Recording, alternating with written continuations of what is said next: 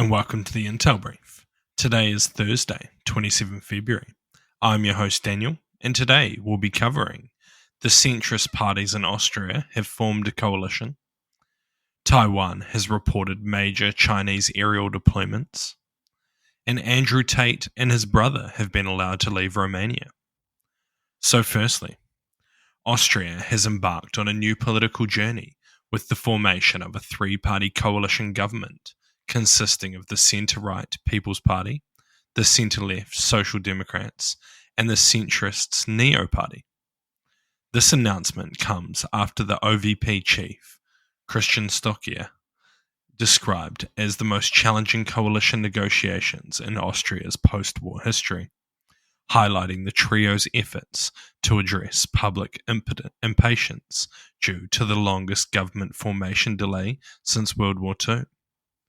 The coalition, marked the first of its kind since the 1940s, is set to officially take office next week, pending final approvals from all parties involved.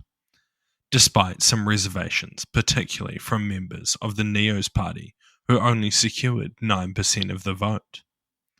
The coalition formation effectively sidelines the far-right Freedom Party, which emerged as the strongest party in the recent elections, but failed to form a government after coalition talks fell through.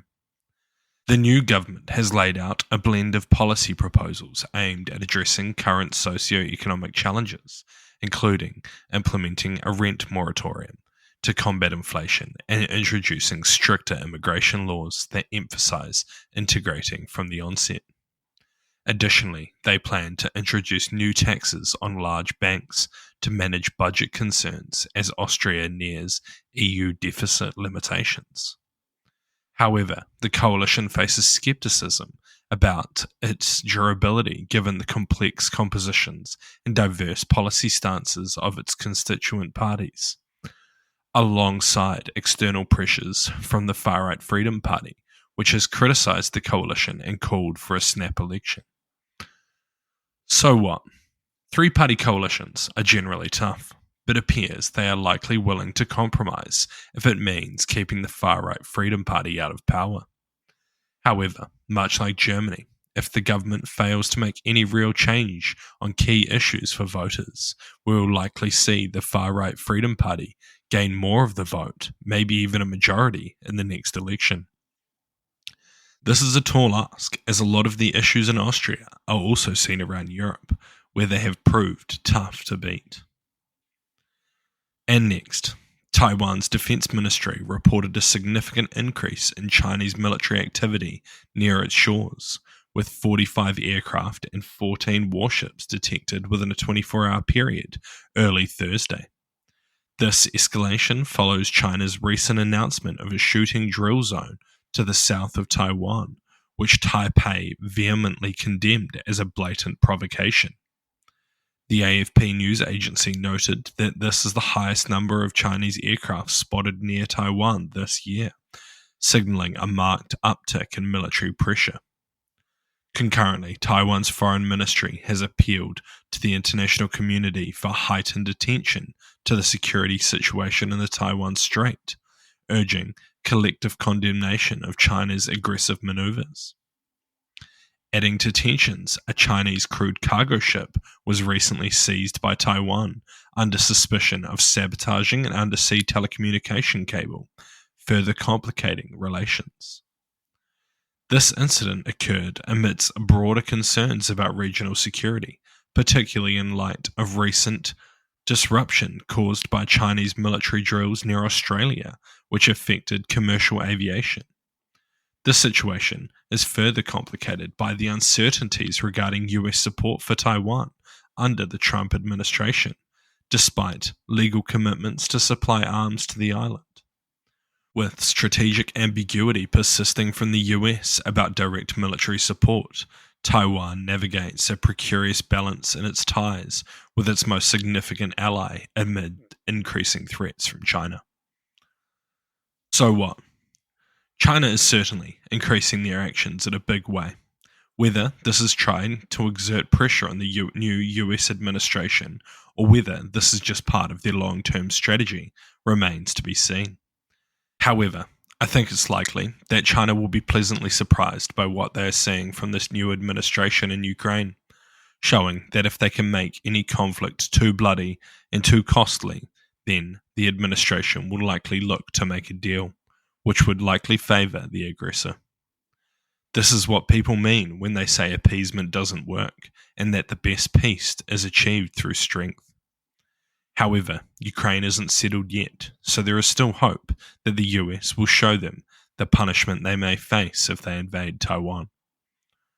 And lastly, Romania has lifted the travel restrictions on US British influencers Andrew and Tristan Tate, allowing them to depart for the United States, following a request that was approved by Romanian prosecutors. Although specific details about who made the requests were not disclosed by the prosecutor's office, it is reported that US officials had intervened on behalf of the Tates. The Financial Times noted that US officials contacted the Romanian government, and the Romanian foreign minister mentioned that a US special envoy had discussed the Tates' situation at the Munich Security Conference.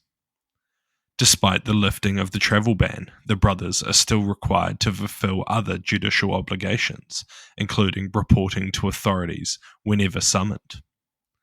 The brothers face serious accusations in Romania, where they are charged with forming a criminal gang aimed at sexually exploiting women in early 2021 in both Romania and the UK. They were initially arrested in late 2022 alongside 2 Romanian women, with authorities alleging the exploitation of 34 females.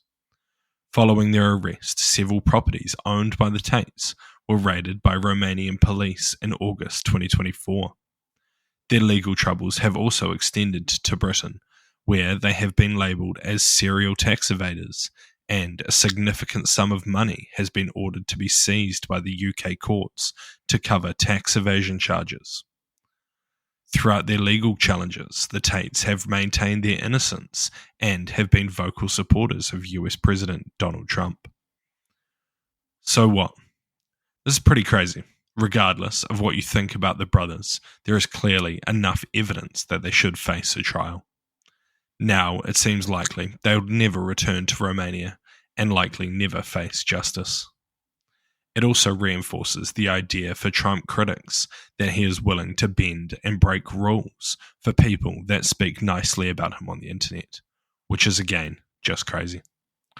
Regardless, it seems likely that the UK will continue their cases against the brothers, possibly leading to an extradition case being made, which could put the US government in a tricky situation if Trump refuses despite significant evidence against the brothers. Thank you for tuning in to the Intel Brief, your daily update on global geopolitics, brought to you by HM Intelligence. You can support the show by sharing it with your friends or leaving us a 5-star review. And if you're curious to learn more about intelligence, you can check out one of our courses in the description below. Thank you for listening. I've been your host, Daniel, and I'll see you next time.